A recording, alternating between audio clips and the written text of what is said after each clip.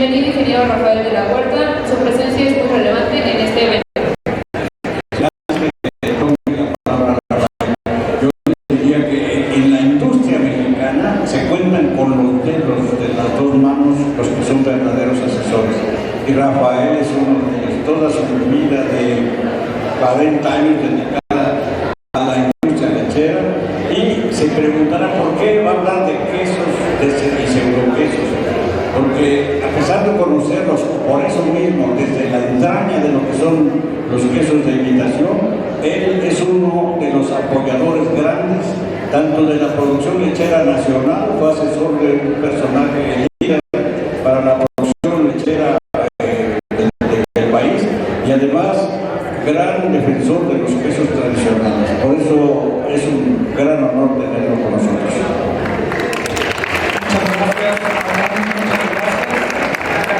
Muchas gracias. Vamos a hacer una pequeña presentación acerca de lo que son los quesos, su origen y el porqué y la tendencia. Y quiero hacer énfasis en lo muy satisfactorio que ha sido en las ponencias anteriores, por lo que voy a permitir compartir con ustedes una experiencia que espero sea un aporte para mejorar nuestro sector, que tanto ha sido colocado a partir de la tabla. Bueno, los antecedentes. Realmente en esta parte yo quería retomar la propuesta del maestro Villegas, en donde propone clasificar los quesos como genuinos, de imitación y procesados, siendo los genuinos los que se elaboran de leche 100%, los de imitación, digamos que sean los rellenos y los extendidos, y los procesados, básicamente los fundidos o alargados. Cada uno de estos quesos tiene sus características, ya se han propuesto, ya se han hablado, no voy a entrar en este tema. Pero lo interesante es empezar a entender cómo es que estos quesos empiezan a tomar fuerza en México. Bueno, en los 60, la única empresa que estaba autorizada para importar leche en polvo y Monterol y aplicarla en los lácteos era Nestlé. Por su poder económico es capaz de amenazar al gobierno, como sucedió en el 92, donde dijo: o me permites importar 5,000 toneladas de leche en polvo de Costa Rica que me sobra, o cierro mi empresa. Claramente las fuerzas de empleo habían hecho al gobierno necesario. Entonces tenemos claro que en el 60 se importa leche en polvo. Una de las grandes reclamos de los industriales mexicanos es lo que ahora los pequeños industriales reclaman: esa descompetencia desleal. Para entonces, la CANDEC logra que a todo mexicano se le permita importar leche en polvo de hoy con cuotas a través de Conasumo, y nosotros sabemos qué ha pasado con eso. En los años 70, una de las prácticas más comunes fue empezar a sustituir la grasa vegetal, el Monterol, crema de la leche, por grasa vegetal y emulsificantes de leche en polvo. Primero, por una cuestión económica. Segundo, por una tendencia mundial en donde se decía que el Monterol o las grasas animales eran dañinas para el ser humano, siendo una de las más castigadas la grasa bovina y la grasa de cerdo. A mi edad, no sé si muchos lo hayan vivido, pero pues no había para mí nada mejor que unos frijolitos de manteca. Con el tiempo resulta que estas grasas vegetales eran mucho más dañinas que las naturales, porque se formaban depósitos en la sangre que bloqueaban los vasos sanguíneos y llevaban a mayores infartos. Entonces, estas modas deben de ser consideradas con cierta medida de razonamiento y cuestionarse a qué intereses responden. Y aquí viene lo muy interesante. Ya en los 70 hablábamos de conservadores en la leche, como pueden ser benzoatos, sulfatos, parabenos, aditivos adicionados como leche en polvo y grasa vegetal, pero aún no había llegado la industria a desarrollar toda esta tecnología que nosotros, los técnicos y químicos de la alimentación, hemos sido capaces de crear. Es ahí donde mucho tiene que entrar la ética del profesional de la alimentación, que es el está ofreciendo al público que va a consumir y qué riesgos se corren. Se llama ética de trabajo para asegurar que un producto sano y inocuo llegue a quien lo consume. Y para eso se necesitan muchos conocimientos y para eso se necesitan muchos procedimientos que nos permitan a nosotros asegurar que lo que ofrecemos es lo que se dice y está comprobado. El tiempo pasa y hacia 1982, aún antes del Tratado de Libre Comercio en su máxima expresión, ya había la intención de que una empresa que va a definir el mundo de los análogos, y es muy curioso en el país, entraría a México. La empresa se llamaba y se llama McDonald's. Tuve la suerte de vivir ese momento en donde la empresa que surtía queso de McDonald's, que se llama Schreiber, concesionó a la empresa donde yo trabajaba la manufactura de estos quesos, cuya experiencia vivida fue muy interesante, porque yo entré a esta empresa en el 82, recién salido de la universidad, creyendo llegar a una empresa donde había silos de leche, camiones, vacas, tanques de conservación, sistemas de pasteurización y todo, y resulta que lo que había era una bodega muy grandota de polvos. ¿Qué polvos?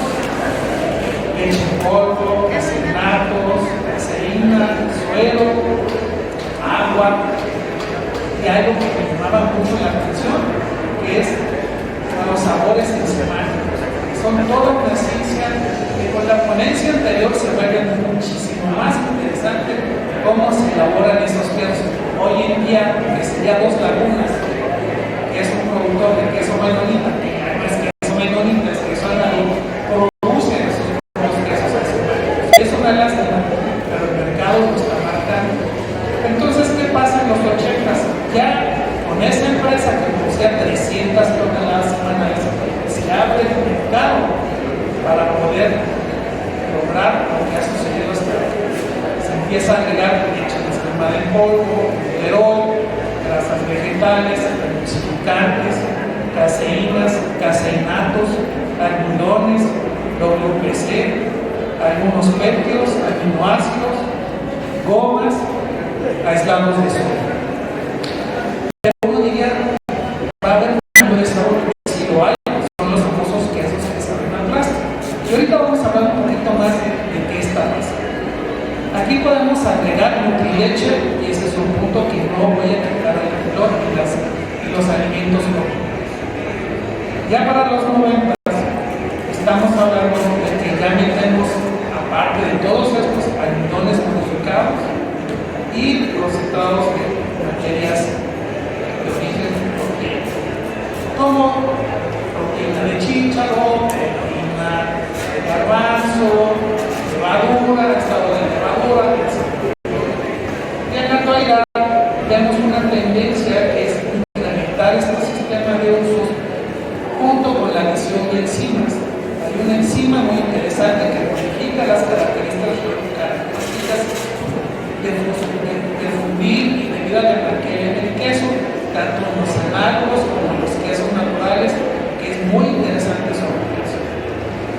Y lo más preocupante, o las tendencias del mercado que nos están llevando a los nuevos quesos veganos. Son quesos que están hechos de goma, con garbanzo, con proteína de chícharo, otras proteínas que modifican las características y hacen parecer que son quesos y se comporta igual, pero no es queso. Esa es la historia, una rápida semblanza de que ha estado sucediendo. Pero uno se pregunta por qué estas cosas, cómo se integran al proceso de la leche, porque si resumimos cuajo, el tratamiento, el moldeo y la saco al mercado. ¿En qué momento agrego cada uno de estos productos? Bueno, nosotros podemos agregarlo en el proceso de la pasteurización con el homogeneizador o mezclador, en donde se agregan todos estos productos, con una excepción que es la caseína rennet, que esa hay que neutralizarla para llevarla a un pH y hacerla soluble. Y esto permite aumentar rendimientos, que se dice que me cuesta lo mismo procesar 500 litros que 5,000 litros. Pero cuando uno hace esto, uno incrementa su productividad. ¿Qué quiere decir? En lugar de que mi rendimiento sea de cada 100 litros 10 kilos de queso, pues yo voy a producir 12 o 14 kilos de queso, con la misma mano de obra, con el mismo equipo y sin la preocupación de tener inventarios de leche y tener que pagar al ganadero todos los días. Es el primer efecto que se tiene y el primero que la industria utiliza. Después de esa etapa, tenemos otra etapa donde se puede agregar este producto. Y esto casi se da en todos los quesos Oaxaca de bajo costo, en donde se le agrega al aumento de fundir. ¿Y qué se le agrega? Básicamente es una mezcla de almidones, grasas vegetales y emulsificantes, en donde se le mezcla y los costos disminuyen sensiblemente. ¿Y esto por qué ocurre? Tenemos que tener en mente que el costo principal de los quesos y de los lácteos es la leche. Y es lo primero que van a afectar para poder permitir ser competitivos. Esas son las zonas donde nosotros podemos trabajar los quesos. Y finalmente, los quesos fundidos. Los quesos fundidos parten de polvo o parten de quesos madurados, los quesos amarillos, los famosos del Kraft, donde se toman y se seleccionan diferentes quesos. Se les agregan sales fundentes, se funden y se sacan las rebanadas de carne. Pero la tecnología no paró ahí. Hoy es posible producir queso Oaxaca, queso Chihuahua, queso Cotija, queso Sierra, partiendo de caseína, caseinatos, sales emulsificantes y conservadores. Como ventaja, son productos de muy baja cuenta bacteriológica, que tienen un tratamiento térmico arriba de 90 y que les asegura una vida de quede clara. Por ejemplo, en esta planta que les decía, les platicaba de 300 toneladas a la semana, era una planta de 500 metros cuadrados, con un equipo de función de una generadora automática y trabajaban nada más 15 gentes en un turno. Para tener un equivalente en leche natural es mucho mayor los requerimientos.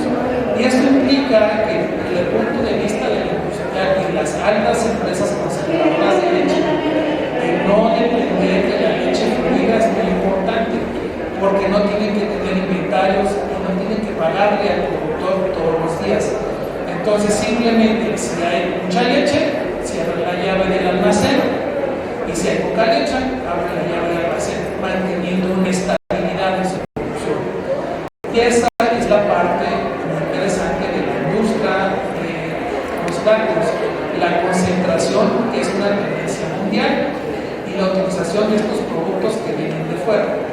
La realidad es que una de las partes de la apertura del Tratado de Libre Comercio fue, desde el punto de vista del gobierno, permitir el acceso de productos alimenticios baratos a nivel internacional para mantener un costo y una inflación baja durante todos estos años, sin importar el perjuicio que se hacía hacia los productores, cancelando el acceso a créditos, a tecnología, a conocimientos y a información que hubiesen permitido el desarrollo del sector para competir de una forma más, digamos, esto nos marca a través del tiempo que la importación de subproductos lácteos del 82 a la fecha se incrementó en 1.600%, imagínense ustedes, sobre el texto de que México era deficitario del 30% de sus lácteos. Con la pandemia de la que hablamos, se rompieron todos los mercados, se disparó el precio de la leche y se bajó la posibilidad de importar productos derivados por la cancelación de los sistemas de transporte. Hoy se está recuperando, pero esto generó que el desabasto de leche en polvo, el precio de la leche se incrementó. Y entonces, más adelante vamos a hablar un poquito de las ideas que se dan. Ahora, ¿por qué están los industriales y los productores utilizando estos polvos? Si nosotros analizamos, para que un queso de producto natural llegue al mercado con un margen de utilidad tanto para la industria como para el productor, para el comerciante, estamos hablando que si somos justos, el precio de un queso natural debería estar sobre los 280 pesos el kilo en el mercado. Díganme ustedes si Nochebuena, si Lala, si Pura vende estos quesos a esos precios. Yo voy muy seguido a la central de abastos. Hay quesos Oaxaca de 75 pesos el kilo.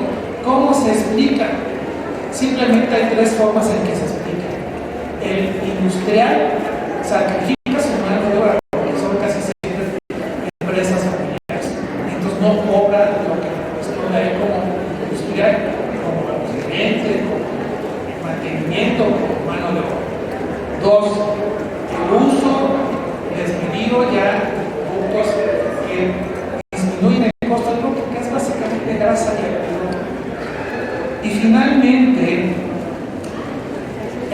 la presión del mercado, en donde la misma central de abastos, si tú estás sobre un precio que ellos no estiman, te lo hacen bajar o no te lo hacen bajar. Lo mismo sucede con la mitad. ¿Qué pasó? Bueno, yo lo digo que paradigmas. ¿Por qué? Si nosotros vemos que en el 85 en Inglaterra se dio el mismo momento en donde entran las grandes cadenas comerciales y le dicen a los ganaderos: necesito que produzcas barato para que yo mantenga mis márgenes de utilidad.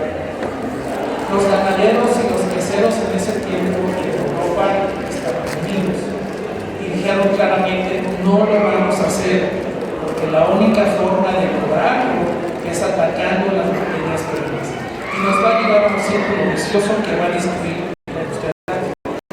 América, los ganaderos, los productores y los industriales dijeron: sí, entramos. Y hoy estamos en ese círculo vicioso en donde la tendencia es a depender de productos de fuera y a eliminar nuestros sectores agrarios. Ahora, ¿por qué es tan barato un queso del extranjero? Hablaban del queso Colonia. Una disculpa, nosotros fuimos de los primeros que trajimos el queso Colonia a México. Y sí es cierto. Ingeniero, quedan 5 minutos. Me han dado 25, rápidamente. Estos productos se traen porque son más baratos. Estos productos se traen porque el mercado son más baratos. Y sí se constituye una parte negativa para el mercado y para quienes la producimos. Conclusión: es un mercado que va a seguir existiendo y que es muy difícil de erradicar porque políticamente no es correcto eliminarlo. Pero, ¿cómo atacarlo? Hablaban aquí de unirnos. Una de las empresas que existió más grande del país, Evamex, se generó así, uniéndose. Se juntó Nochebuena, se juntó Los Volcanes, se juntó Evamex y se juntaron otras tres. Y me acuerdo lo que decía el director: a ver, señor, ¿tú qué produces?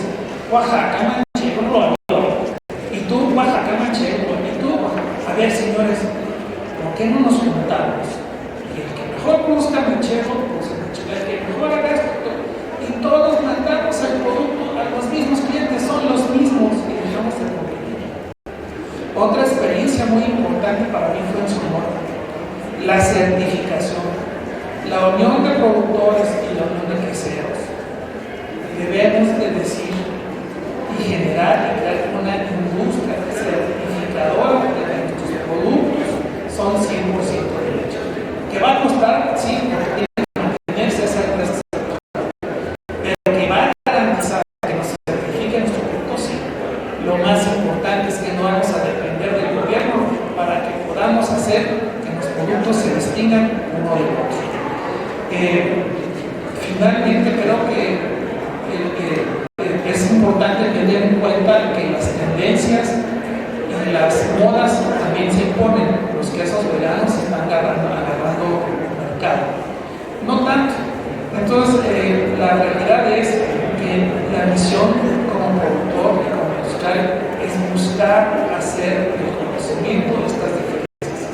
El Estado, hasta que yo he vivido en los últimos 25 años, no nos va a ayudar, por lo cual tenemos que ser creativos y buscar fuentes de financiamiento, apoyo en la transferencia de tecnología, apoyo en el conocimiento y que se promueva la diferencia entre un queso natural y uno que no lo es.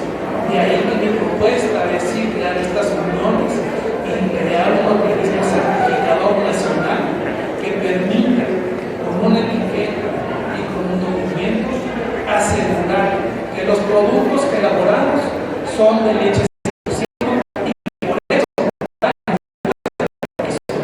muchas gracias por esto.